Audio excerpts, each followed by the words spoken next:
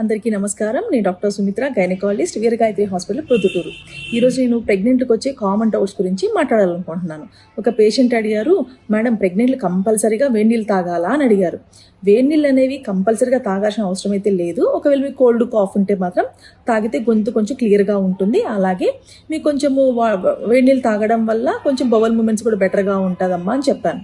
అయితే తనేం చాడు చెప్తుందంటే, ఇంట్లో పెద్దవాళ్ళు చెప్పారు మేడం, వేడినీళ్ళు తాగితే గనక బేబీ మీద తెల్లగా పేరుకొని ఉంటుందిగా డెలివరీ టైంలో, అది క్లియర్ అయిపోయి బేబీ చాలా నీట్గా వస్తుందా అని అడిగిందనమాట.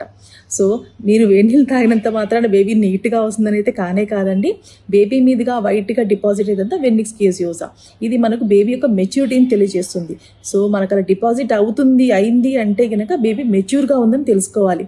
అంతేకాని వేడినీళ్ళు తాగితే బేబీ క్లియర్గా వస్తుంది అనేది మాత్రం ఒక అపోహ మాత్రమే. Thank you.